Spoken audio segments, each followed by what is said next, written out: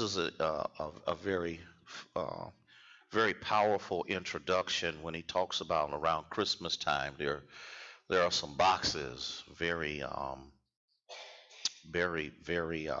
beautifully wrapped, large boxes that would be in the entrance into his home, and those packages would be wrapped so tight in big, so beautiful in big bows and things like that. But the problem was there's nothing inside the box.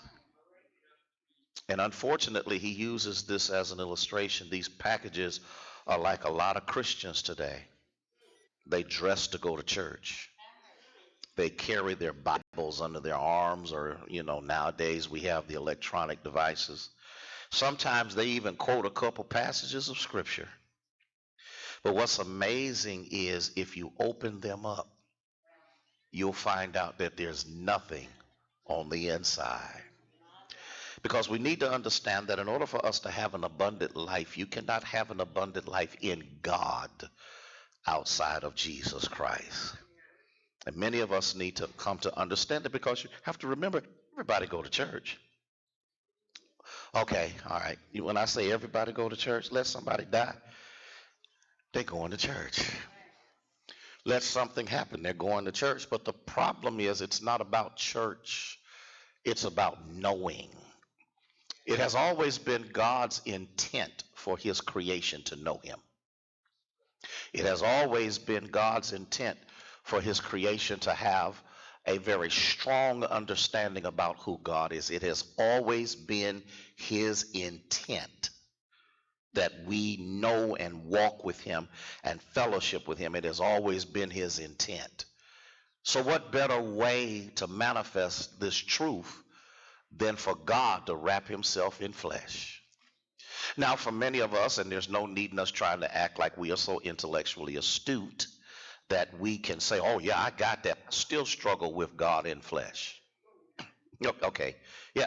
And many people who aren't Christians struggle with God, because how can God take himself, who is, we call the supreme ruler of everything? How in the world can he take himself and then embody himself in a human being and then be born by another human being? That's beyond, because y'all know, and I talked about this before, y'all know we don't believe half the time in that virgin birth stuff.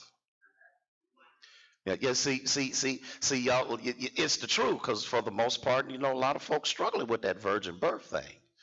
But the thing is anything too hard for God? Just because you haven't seen it doesn't mean God can't do it. And so what we see here very clearly is that in the beginning of this is, he's Emmanuel, which is God with us. And I don't know about anybody else, but that's an important thing for me. Because in the midst of being human, you have to know that he's with you. Now, maybe some of y'all ain't never been down that road, but every now and then you need to know God is with you, especially when you ain't got nobody else. And maybe you've never been there. Maybe you haven't lived long enough to find yourself in a position where you need to know God is with you, because everything else is against you. Everything is stacked against you. It looks like nothing else is going to work out in your life. You need to know that God is with you. And so this is the reason that Jesus was born. She gave birth to the son, and they called him Jesus. Why? Because he came to save his people from their sins. You need to understand that's a powerful thing, because none of us could save ourselves from sinfulness.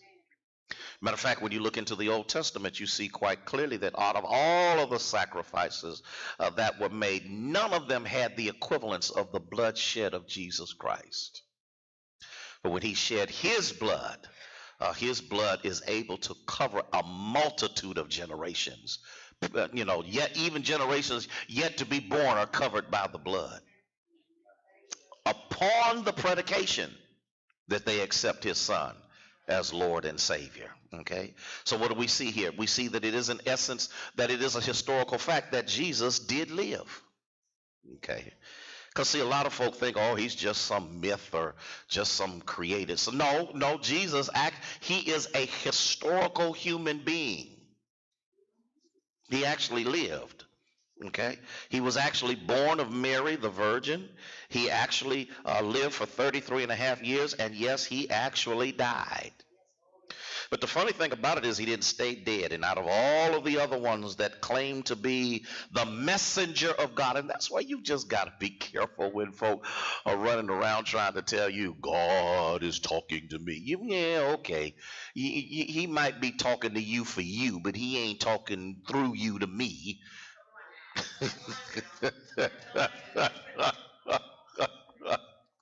You have to understand that not only was a child born, but a son is given, because the son existed before the child was born. I know you're going to struggle with that, because in order for him to ask his father to prepare a body for him that he might go down into the likeness of sinful flesh to redeem man, he already be in existence. That's a powerful thing, because people struggle with that thing. Where did God come from? I don't know. He never come from. He always has been. Now, how many of y'all can actually comprehend that? Nobody can actually comprehend it. That's why you have to operate in this thing by faith. It can't, I talk to people all the time who always try to intellectualize who this God is, and if that's the case, you'll lose your mind, because God can't be figured out. Have you ever noticed that people are, well, God ought to be like, no, God don't really care what your opinion is. He is God, and just because you can't comprehend it doesn't necessarily mean that it's not so. So he's born of a virgin. Ain't never heard of, virgin got pregnant. And so he's the Son of God. He was given to us. He was born. And so what we see very clearly, even in the book of Hebrews, chapter 10, verses 1 through 5, when Christ came into the world, he said, sacrifice and offering you did not deserve, but a body you prepared for me. With burnt offerings and sin offerings you are not pleased. Then I said, here am I. It is written about me in the scroll. I have come to do the will of God. He did not come into the world just to have a good time. He did not come into the world just to change water to wine. And he came into the world so that we could actually know what it's like to fellowship with God. And I don't know about anybody else, but I need to fellowship with him, because sometimes fellowshipping with myself ain't always a good thing. I know I'm just talking about me, because sometimes you think you know it all, and sometimes you think you got it all together. And every now and then somebody's got to tap you on your shoulder and say, you ain't as bright as you think you are. And we're going to talk about some of those things as we continue to go through our lesson. Jesus came not only to do the Father's will, but to also present God the Father, so that they would know what it would be like for God to be with us. A long time ago, people would say, he's up yonder. He's the God of over yonder somewhere. No, he's present. And we need to understand that quite clearly, that every situation that we are in life, he is already present in us. That's a powerful thing, because too many of us are looking for external activity, and what you fail to realize, that God is in you through Christ. And it doesn't make you God. I know some folk think they're God. But it doesn't make you God. It helps you to understand that he loves you so much that he wrapped himself in sinful flesh so that he could identify with everything every human being will ever experience. That's some powerful stuff. Because we get on this little soapbox. Oh, don't nobody know how I feel. You ever been there? Don't nobody understand me. Don't nobody know what I'm going through. God says, through Christ, I've experienced everything that you could ever possibly experience in your human existence, but I did it without sin. And that's some powerful stuff right there. So while you whining and talking about, don't nobody know how I feel, I can imagine in my imagination God sitting up there talking about, did you see that? They talking about, don't nobody know how they feel. Can you imagine him sitting up there? Did you see that? And the funny thing about it is, there's a whole ton of saints doing it at the same time. Don't nobody know how I feel. I'm just going through all kinds. Jesus came in flesh that he might identify with everything that mankind will ever exist. Let me tell you what else he did. He showed up to radiate the glory of God. He came to let us see the glory of God. You have to understand. It says, in the beginning was the Word, and the Word was with God, and the Word was God, and the Word became flesh and made his dwelling among us. Did y'all catch that? He is the Word. That's the most powerful thing about knowing who Jesus is, or God with us, Emmanuel. Or you got to understand that in the midst of whatever you experience or go through in life, he is the Word. And if you understand anything about the power of the spoken word that comes out of the mouth of God, there has never been a moment when God has spoken a word that does not bring about a result. All you got to do is go into the Genesis account. You'll see it quite clearly. In everything that happened, he spoke into existence until it came down to man. Y'all didn't catch that. Everything else he spoke into existence, but when it was time to create man, he physically interacted with the dust and created him in his image and unto his like. That's some powerful stuff right there. Everything else he said, let it be, let it be. And the beautiful thing about it is he trusts us so much. You got to look in the Genesis account to really catch this. He trusts us so much that he gave Adam the responsibility to name everything that God created. See, don't nobody believe in me. Believe me, believe me. If God didn't believe in you, he wouldn't have died to save you. Everybody and all these other things that we go through in life, we sit back and act like don't nobody care about me. God cares more for you than sometimes you care for yourself. Is there anybody in here catching? God actually, I mean, out of all of the crazy people, the naysayers, the psychotic people in your family, in your neighborhood, on your job, that's got a whole lot of negative, crazy stuff to say about you, God is so concerned about you that he brought himself into the likeness of flesh, so that you could have somebody who could identify with you. That's some powerful stuff. So we see this quite clearly. We see this clearly that he is the Word. Jesus is Emmanuel. God is with us.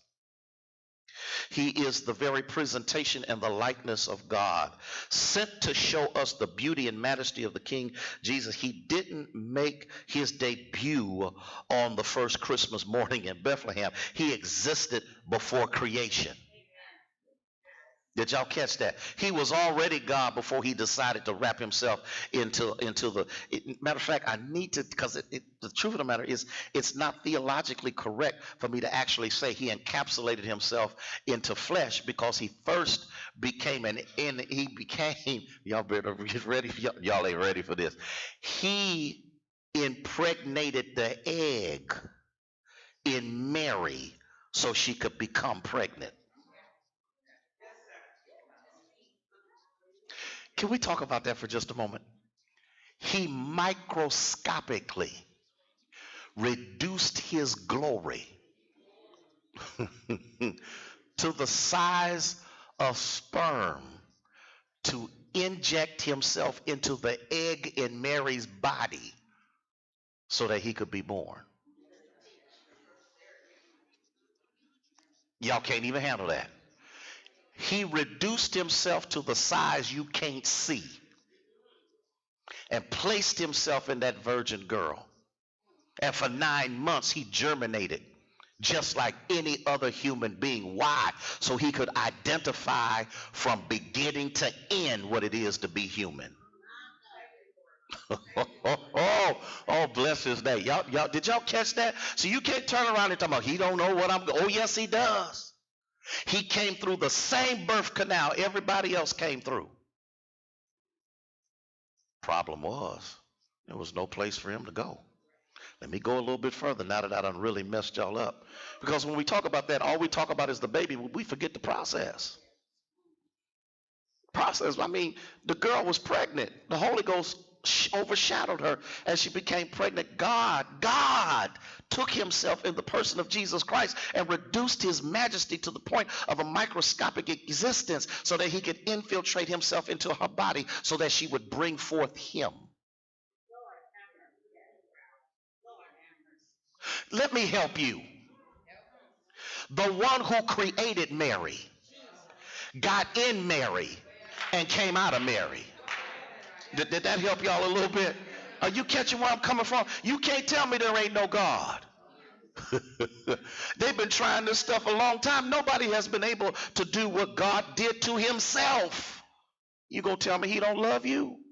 Man, you better go ahead on someplace, okay? So we see here very clearly that he identifies with us. He agonized on the cross, and he died on the cross to let us know that he is fully human. He's the God man, fully human. He identifies with everything we've gone through. But the beautiful thing about it is that I like about him that makes him so much different from everybody else is the fact that everyone who has ever died in whatever way that they have died is still dead. Every single human being who has ever attached themselves to divinity is dead except one. He is the only one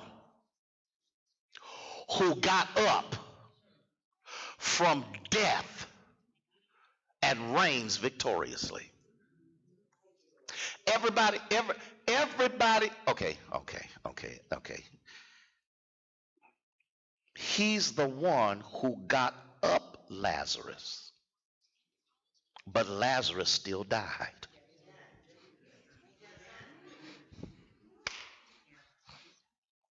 Four days later, he went to the grave, spoke his name, Lazarus come forth. Lazarus comes out, but Lazarus still died. Matter of fact, his mama died. Yeah. His mother died. His stepbrothers and sisters died. All of them died. He the only one still alive. I hope somebody caught what I said. He's still alive. No other prophet that has ever come upon this earth can guarantee eternal life except one who is eternal life. So that's the reason why I don't have to really worry about what happens to me when I die. I don't really have to worry about how I'm going to live because eternal life is already destined in me. That's some powerful stuff right there. Okay, so what are we talking about? Well, Jesus walked among us. He was flesh and blood, but perfectly divine. At one moment he was hungry because he was fully human, and the next moment he fed 5,000 folk. Figure that out. Figure that out. Figure that out. When he was out there for those 40 days fasting, and that's a powerful point that has to be recognized because he's the God man. He understood that he needed those 40 days to arrest the body that he was brought into, because the body is a powerful thing when it wants what it wants. And so all of a sudden he's hungry, and here comes the enemy, and then the next thing you know, he produces food. Did y'all catch that? How can somebody that's hungry feed other folk? So you can't tell him he don't know how it feels to be hungry. You can't. Are y'all with me so far? Are y'all sure y'all with me? Fed 5,000 folk. Why? Because he's fully God. He was thirsty as a human being, but he walked on water. Wait. You did? Wait. He was thirsty because he's the creator of water. Okay, y'all don't believe he created water. Go back into the Genesis account, because in the Genesis account you see the Godhead talking to each other. And in the midst of them talking to each other, they create water. That's when the firmament were okay, go back and read it yourself. Okay, he separated day and night. He did all of those things. He created water. Isn't it amazing? The one who created water got thirsty and then walked on what he created. I don't know no other prophet that ever got thirsty and walked on water. Okay, all right, y'all with me so far? Okay, because you have to understand. Okay, he grew into the knowledge of God so that he could fully identify with mankind. One moment Jesus agonized on the cross and died because he was fully human, and 3 days later he rose from the dead because he was fully God. God was pleased to have all the fullness dwell in him. That's Colossians 1:19. Without Emmanuel, Jesus, we would have no chance of fully understanding God. No one else has ever seen God, But the one and only Son, who is himself God, is the closest relationship with the Father that mankind could ever know. If you want to know who God is, get to know his Son. How does God make himself known? Through Emmanuel. God makes himself known to us. To understand and to know Jesus is to understand God. You know, Philip said to him, he said on one instance, he said, show us the Father. And it is suffice us. We'll be satisfied. And Jesus said, now wait a minute, boy. I've been hanging around you for a while. He says, if you've seen me, you've seen the Father. That's some powerful stuff. You know, we live in an age where everybody wants to know God without Jesus. Everybody wants to talk about God without Jesus. I sit back and I watch some of the awards. Oh, I thank God and I thank God. Well, which one you thanking? Because we live in a society now that everything is a God. But when I hear you say, I thank Jesus, that takes in a totally different identification of your relationship with God, because you understand you can't get to God outside of Jesus. Y'all missed what I said. Everybody talking about God, drunks and alcoholics, and everybody talking about God, talking about higher powers and all that kind of stuff. Ain't no higher power. It is God in flesh, Emmanuel. And until I identify with the Jesus that God sent into flesh to redeem me, I'm still not knowing who God is. And I don't know about you, but I want to know him. I don't know about anybody else, but I don't want to die and stand before him and he say, how come you ain't want to know me? All you did was go to church, preach your preach and go home, teach your teach, but did you know me? You want to see the miracles and the power of who you are manifested, but do you know me? Do you know my heart? Do you know what my impulses are? Do you know the things that I do so that I can interact with mankind to show them what it means to live in me? The problem is, too many folk go to church because for whatever reason this building seems to encapsulate who Jesus is, and what you forget is this going to be tore down one day. Because everything that is will diminish. But when you know who Jesus is, you can understand that he is greater than any building that has ever been built, because first of all, he's on the inside of you. Anybody in here catching where I'm coming from? He turned around and talked, Jesus puts everything in perspective. He wanted him to understand, you've been with me for a while and you got the nerve to say, show us the Father.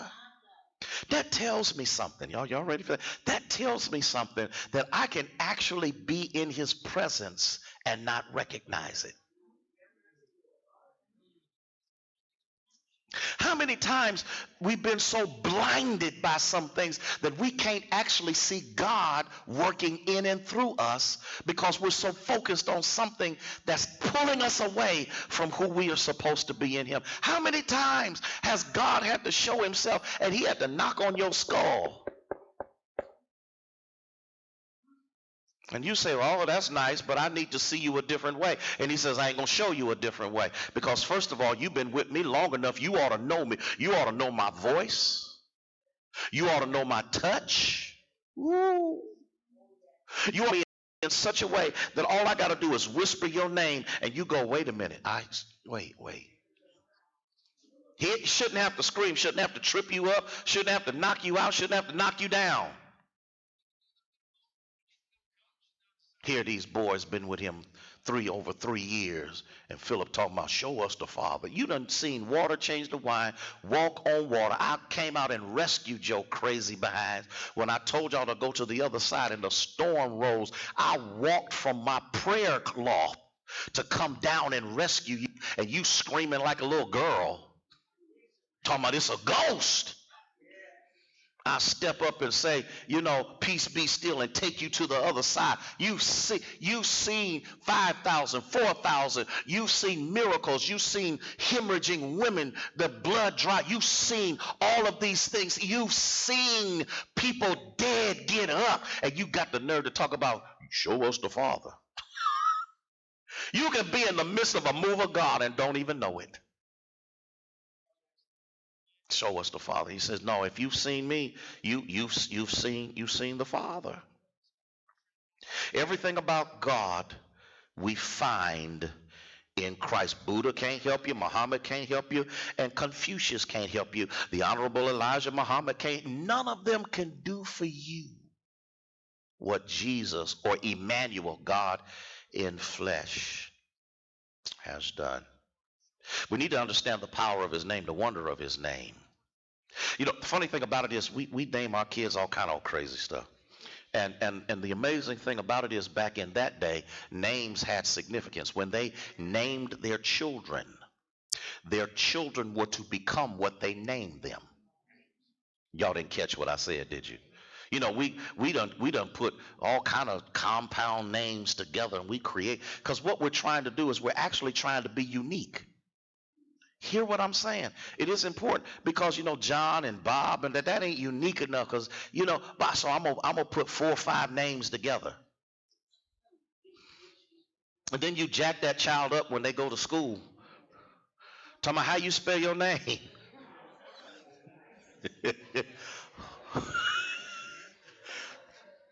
Sometimes the mama and daddy can't even spell the name of their own child. How you spell your name? Oh no.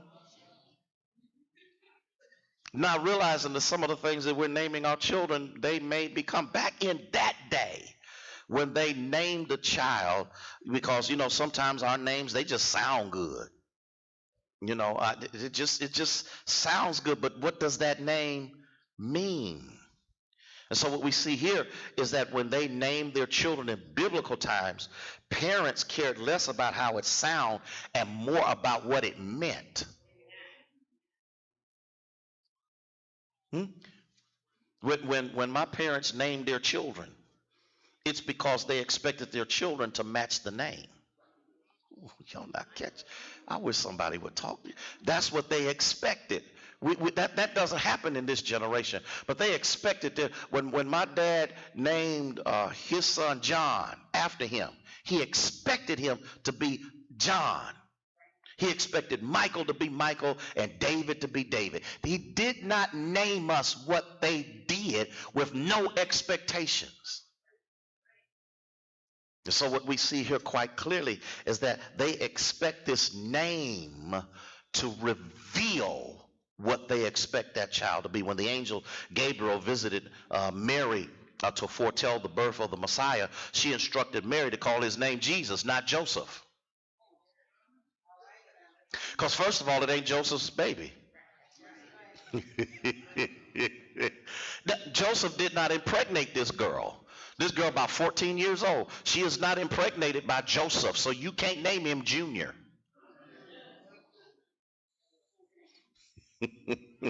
Yeah, you can't do that. Rather, here's what I want you to do. I want you to name him Jesus. In the Old Testament, the word is Joshua, which means salvation. Yet Jesus had many other names, and they're not literal names, but these are names that talk about the attributes and the things that God is in us. He's called Wonderful Counselor, Mighty God, Everlasting Father, Prince of Peace. And so we're going to look at one of them at a time so that we can go through that. First of all, he's a wonderful counselor. He's a wonderful, I'm trying, let me calm down. He's a wonderful counselor. When people come to me for counseling, it depends on what kind of mood I'm in. I'm very much identified with Tony Evans. It depends on what kind of mood I'm in. Because some days I want to be bothered and some days I don't. Okay, is that too real? Yeah, no, some days, if I've had a hard day and I've gone through something, I'll sometimes say, I wish I hadn't scheduled this appointment because I'm really not going to give them everything I got, because for the most part, I want this over with. Now, see, now what's done happen is, don't make no appointment with him because we don't know what kind of condition he's in.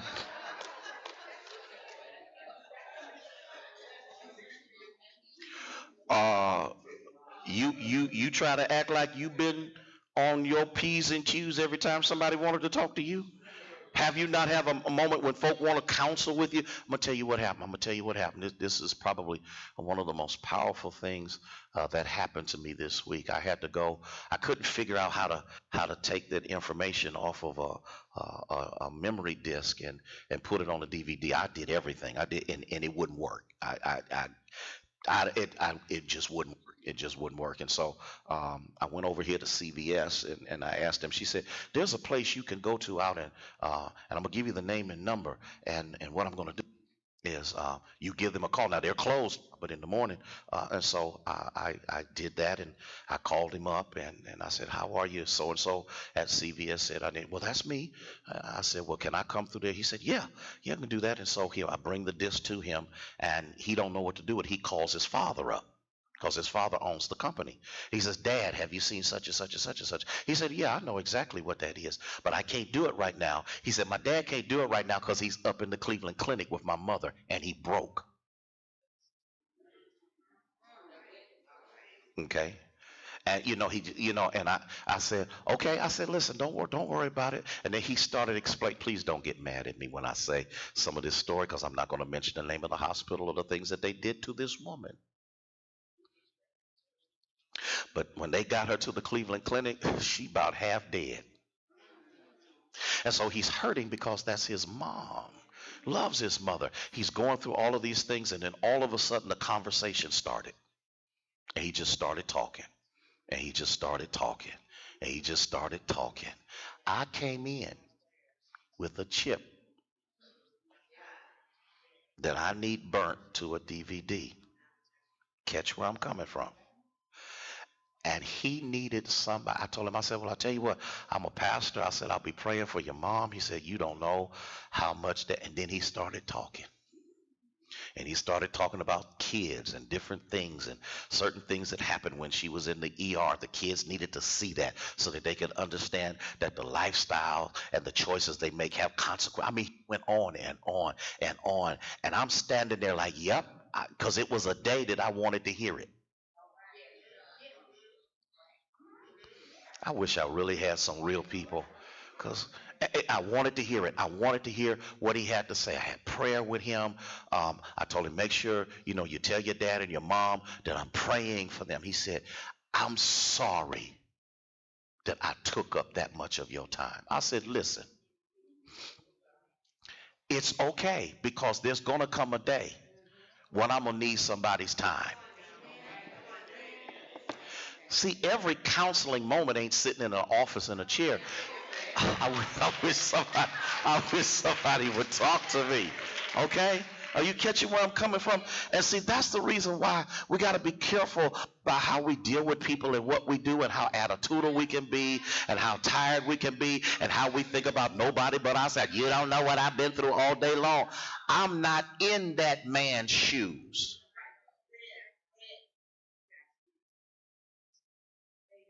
And then he went through the process of what the Cleveland Clinic gonna do to try to get her well. And I'm talking to him. I said, "Oh yeah, I understand that. I know." He said, started telling me the diseases that he had. 4 of her toes got cut off. The skin graft didn't work. The medication was paralyzing her lungs. It was all kind of stuff. The kind of medication her doctor put her on was absolutely. Even the pharmacist was like, "Are you sure you want to give this to your wife? She has to be in excruciating pain for her to take this kind of medication." And finally, the son said, "Dad, she got to get up out of here." All of this was a 40-minute conversation because I had a disc. Y'all can't handle this. I had a disc that I needed him to do something with that I couldn't do myself. And the next thing you know, I'm going to see him tomorrow because I got to go pick it up. But when I see him, I'm going to hear a report. Oh, y'all. See, he's a wonderful counselor. But see, if you don't know him, you don't know the moves of him.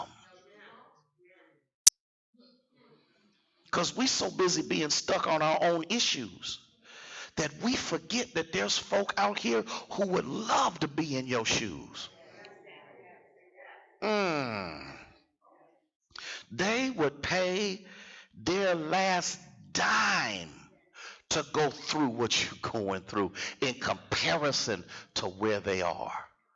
And I picked it up in my spirit, because, basically men, especially those men, don't usually talk to y'all can't handle that. And so he's a wonderful counselor. Sometimes I have a session with Jesus, unexpected and no appointment. No, y'all didn't catch that. You didn't. There are days when I be like, we need to talk. And we need to talk now, okay? And so, as they say, it depends upon the kind of day, but that's the thing that I like about Jesus is he's a wonderful, his perspective is infinite, his resources are unlimited, which means what? When I run out of things to say, he doesn't. When I run out of how to diagnose this and this is what needs to be done, he does. There is not a psychosis he has not seen. There is not a family issue he has not already been through. He went through issues with his own family. Y'all didn't catch that?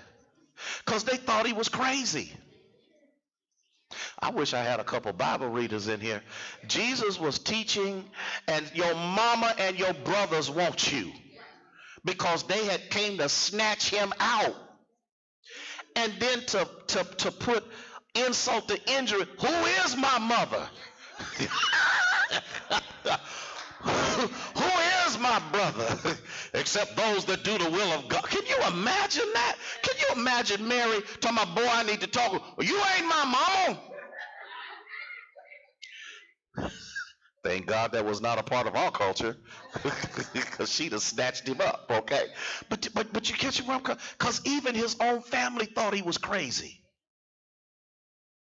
Now, y'all didn't see. We don't really read the Bible like we should read the Bible, because it's very clear. If your own family don't believe in you,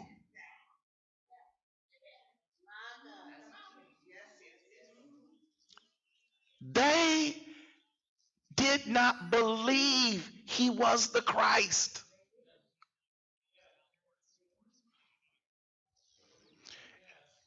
Let me move on. So he's a wonderful, he's great at guiding us and giving us direction. Problem is sometimes I don't like the direction. I know I'm the only one. I don't really like the direction. Because I kind of like doing my own thing. Okay, I'm gonna just wait on a couple of y'all. I just like doing my own thing. I like thinking that I got it together. And I mean, I'm not the brightest bulb in the package, but I'm not the dullest one either. Okay, I might be around about 75 watts every now and then. You catch me on one of them other days, I'm around about 35. Now y'all can sit up here and look at me like you ain't never had a dull day. When a day when you just look like you stuck on stupid. That's where I've been. You could turn around and ask me something, and all I'm gonna do is like, I ain't heard a word you said. Okay, all right. Okay. So ain't no need in asking me for no advice. Don't ask me for no advice, cause I ain't got nothing to say. And I'm sitting up there like, oh yeah, okay. Now see, I'm getting ready to get in trouble, cause now folk be talking about, was he really paying me any attention the last time I talked to him? You'll never know. But some days when you done had a hard day and people want to run up to you and dump all their stuff on you, yeah, sure. Because you can get good at nodding your head and don't hear nothing.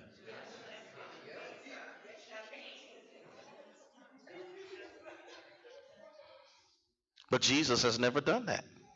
He has never done that. Anytime we've ever needed to talk to him, he's been more than willing to listen.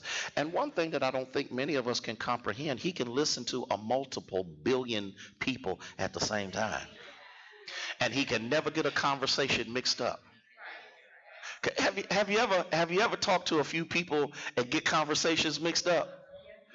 Okay, I know some of y'all don't know nothing about this. You done talk to 3 or 4 people and you turn around and say, well, yeah, such and such, and they going, huh?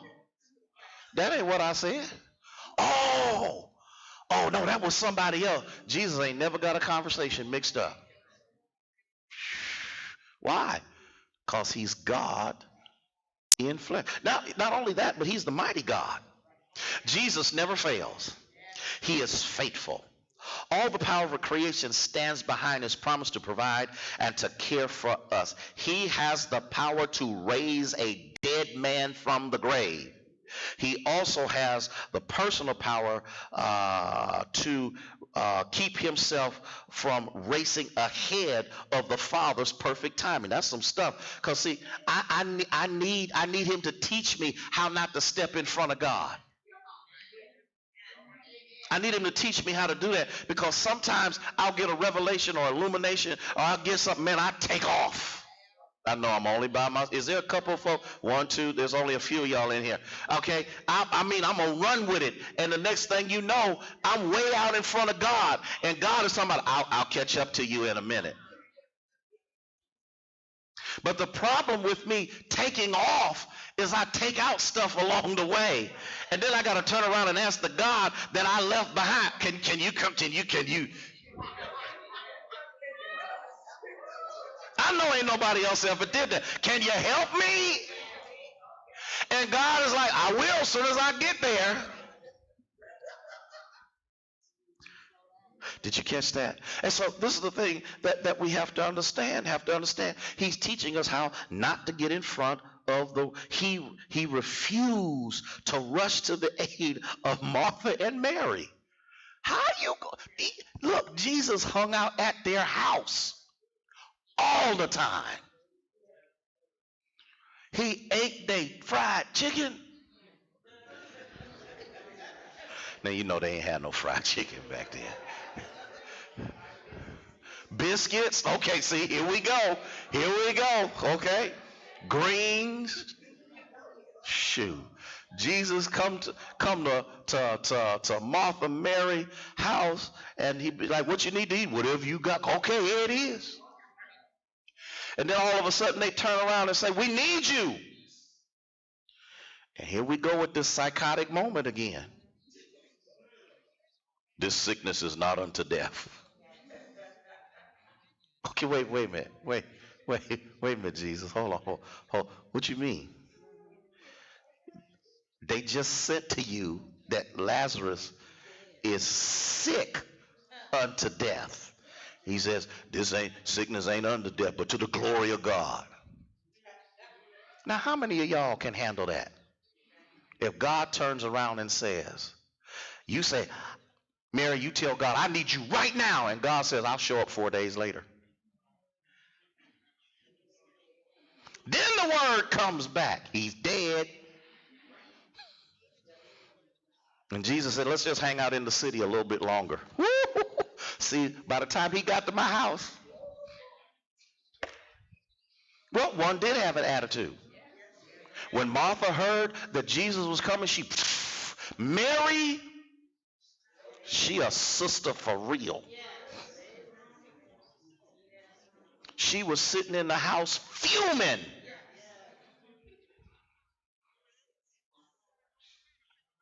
And here comes Martha.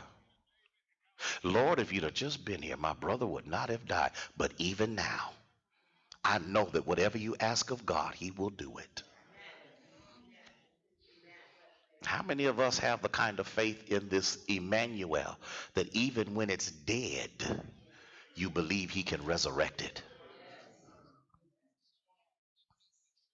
And she's interacting with him and all of that stuff, and he says, take me where he is. He's like, wait a minute.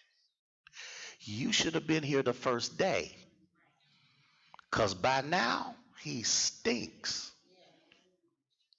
I don't care. Roll a stone away. And they looking at, can you imagine? That's just like me going out to Todd Cemetery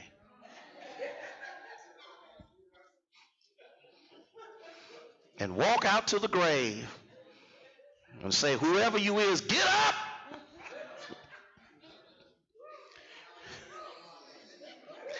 And I got a crowd with me. And they looking at me like, okay, he done really went too far now. So can you imagine? Can you imagine all the folk around it talking about, now wait a minute. Wait a minute. We know he been dead 4 days. We know he stinks because he's decaying and rotting. Because you have to remember, this is in between 90 to 120 degree heat. See, people think that it's like here. No, it's desert. Because they got to bury him outside the city. And so they got a cave that they dug and they put him in there. And here go Jesus with a crowd. Talking about, show me where you laid him. And they looking at him like, I ain't. And they finally show him, roll a stone away. I can see them now, hands over their face. I'm like, oh my God, he got me doing this little nasty job. We getting ready to be defiled because we ain't have no business being around anything dead anyway. Lazarus, come forth. Boom. Steps up and hops out the grave. No, that's what he had to do because he was bound. He hops out looks like a mummy. He hops out the grave. And then he tells them, loose him. But while all of this is going on, Mary back at the house, don't care what he done did. And Martha goes to Mary and says, the master wants to see you. She gets up. Okay? Because sometimes you just want to know he cares. Y'all can't handle that. Just want to know. I mean, if my heart is broken and I've been out of shape and I don't know, I just want to know you care. I know I'm acting a fool. And I'm acting a fool not because I don't love you. I'm acting a fool because I'm in pain. Pain will make you act stupid. Pain will make you say things you don't mean. Pain will cause things to happen. Mary is now, Martha's hurting too, but you got to remember, one of them always hung under the word. While the other one is so busy in there frying chicken. Because you got to remember, there was a bone of contention between the two of them. Because she was like, how come she can't come in here and help me in the kitchen? I'm in here doing all this by myself. And Jesus said, now girl, hush. She's chose the better part. Because it took Martha's encounter to bring Mary out of her depression. And as soon as she gets there, all is well. Yeah, he's the mighty God. There's not a dead situation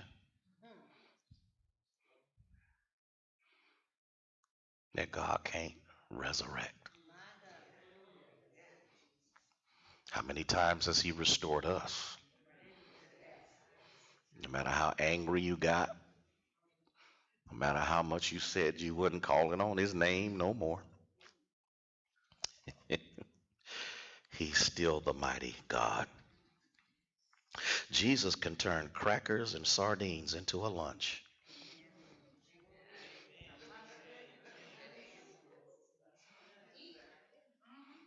And feed thousands.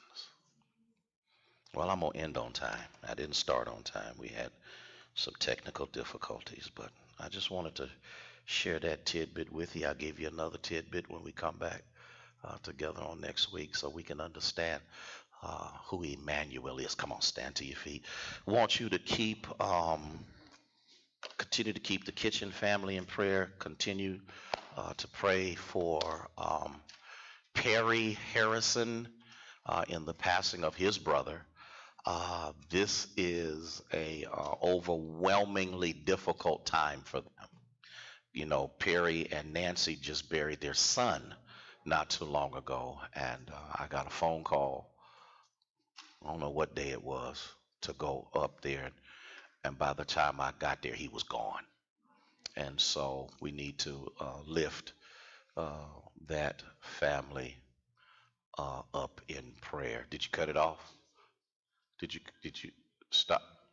See, see, see, see. Just stop the streaming. Glory to God.